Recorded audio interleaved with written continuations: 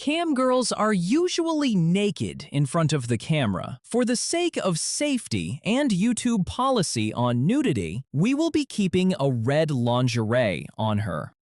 You're a cam girl, and the laptop screen glows blue against your face at 2 a.m. They told you it was easy money. Your rent is 3 weeks overdue, and the eviction notice still sits on your kitchen counter beside the ramen you've been eating for 6 days straight. The one your roommate left before she moved out without warning. You came from a small town where everyone knows your name, and your family runs the church bake sale every Sunday. But this city is different. This city is expensive and kind of doesn't give a crap about you. The air smells like sewers, and even the promises look hollow. They recruited you through a Craigslist ad. You clicked. You filled out the form. Hello, thank you for this opportunity. I'm really nervous but excited for my first interview. You scheduled the Skype interview where a man with a shaved head asked about your measurements, your comfort level, and your boundaries. You're one of 15 girls who signed up that week. The Google Doc they shared holds promises of projected earnings. You think the sacrifice is worth it. You're stripped naked before strangers on day one. The camera lens staring like 100 eyes at once. A studio manager coaches you through poses, then tells you to smile more, arch your back, and make your voice higher, turning your body into a product. They don't ask about your day, only about your stats. You don't even get a hello, just an approval for the girlfriend experience category. And that night, you broadcast for the first time in your bedroom with a ring light you bought on credit. You're told to keep smiling no matter what they say. You're not to show your real address or use your real name or mention where you're actually from. You're there to perform. You're now Lexi, and your value has nothing to do with your college degree. You're now a cam girl, and you've learned how to fake laugh on command. You stream 6 nights a week now, 8-hour shifts minimum, performing for usernames like DaddyDom92 and LonelyGuy2003.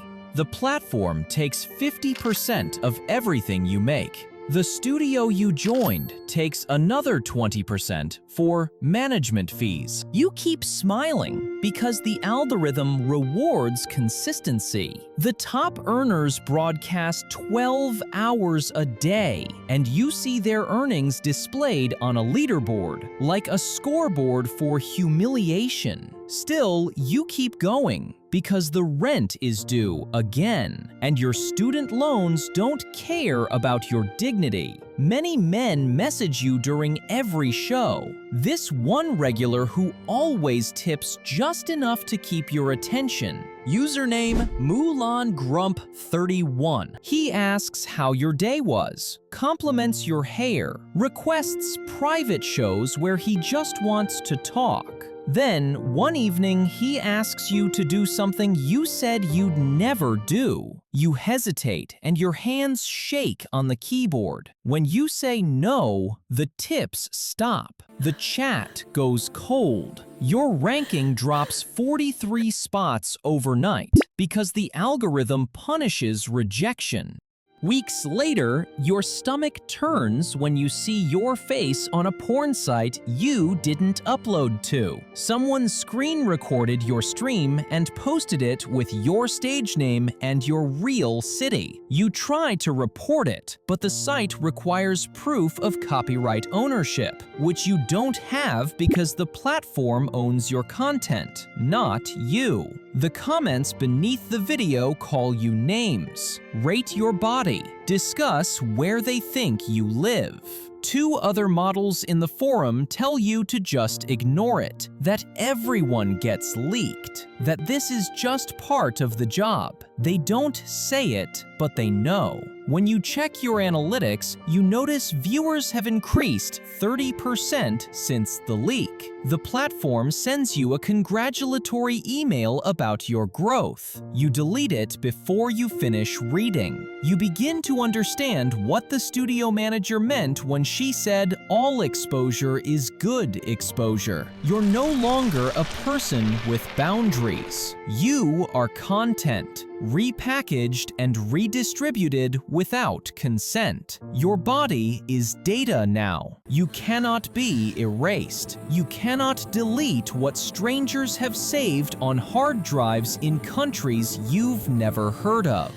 And just like that, 6 months in, you barely recognize yourself in the mirror. The studio pressures you to do longer shifts because your numbers are slipping. 10 hours, 12 hours, 14-hour broadcasts without bathroom breaks because stepping away drops your viewer count. Your back aches, your eyes burn from the ring light. You smile until your jaw cramps, and you've learned to fake arousal so convincingly that you forget what real desire feels like. But the regular clients expect more now. What was shocking in month 1 is boring by month 6. They want escalation, harder performances, riskier acts, more degrading requests. One man offers you $2,000 to meet him in person. Another asks for your real name and sends screenshots of your LinkedIn profile to prove he's already found you. A third threatens to send your videos to your family unless you give him free private shows. You report him. The platform sends an automated response. Nothing changes. You start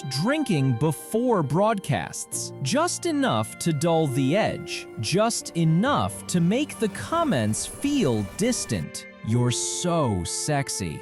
Do this. Say my name. You love this, don't you? The words blend together into static. Your friends from home stop calling because you stopped answering. You can't explain what you do. You can't admit where the money comes from.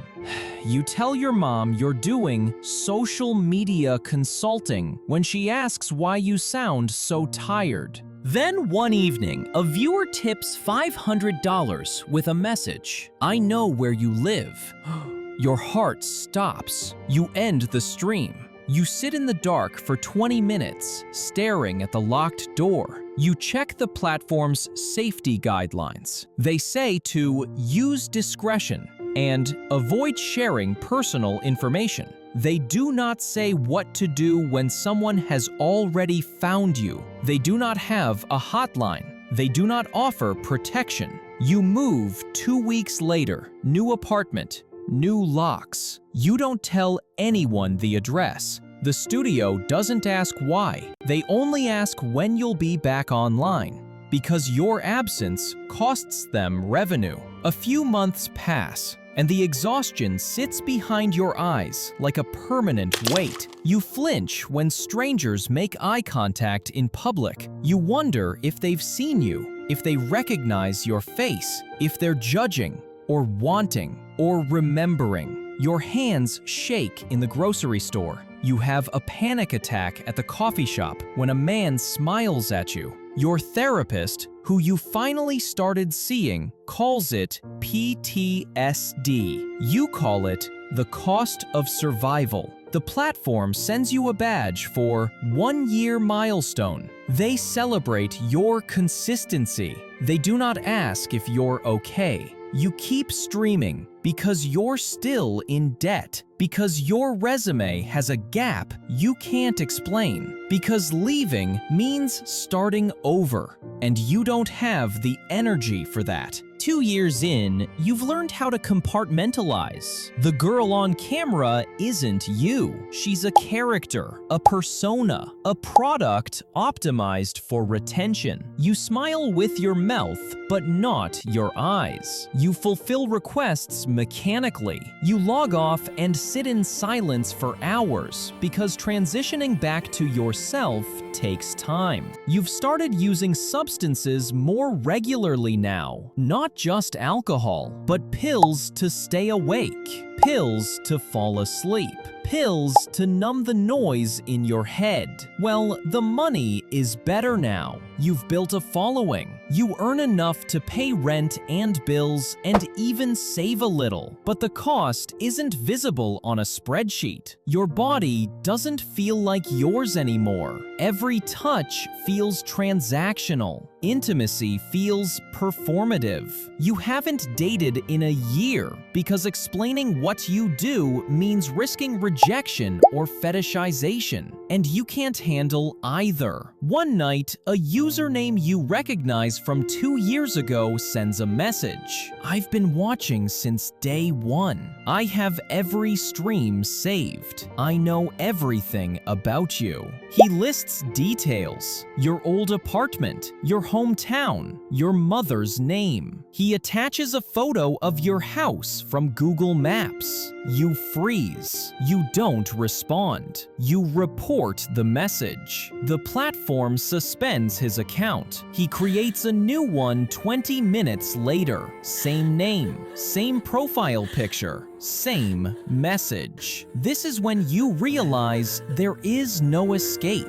Even if you quit tomorrow, the videos remain. The recordings persist. The strangers who believe they own access to you will not forget. You finally stop streaming. Not because you plan to, but because your body gives out. The panic attacks become daily. The insomnia becomes chronic. The dissociation becomes so severe that you lose hours without realizing. Your doctor says you need rest. Your bank account says you need to work. You compromise by picking up gig work, delivery driving, freelance writing, anything that doesn't require a camera. The money is worse. The bills pile up again. But the mirror feels less hostile. You start therapy twice a week. You tell your therapist everything. She doesn't flinch. She says what you experienced is common among sex workers. Exploitation disguised as autonomy. Survival disguised as choice. You cry for the first time in months. Not from sadness, but from relief that someone finally put a label on it. Sex workers.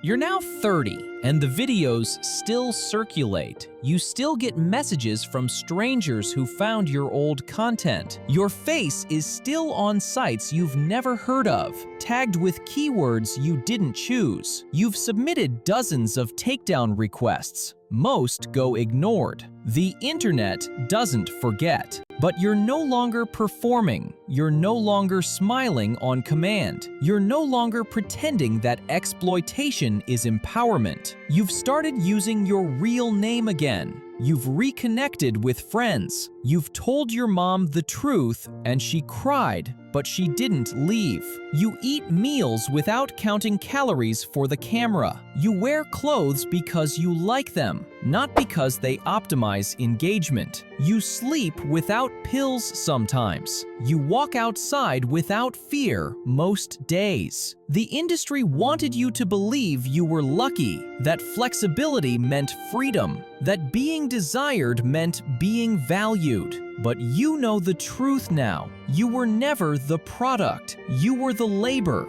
and the cost was everything they didn't mention in the ad.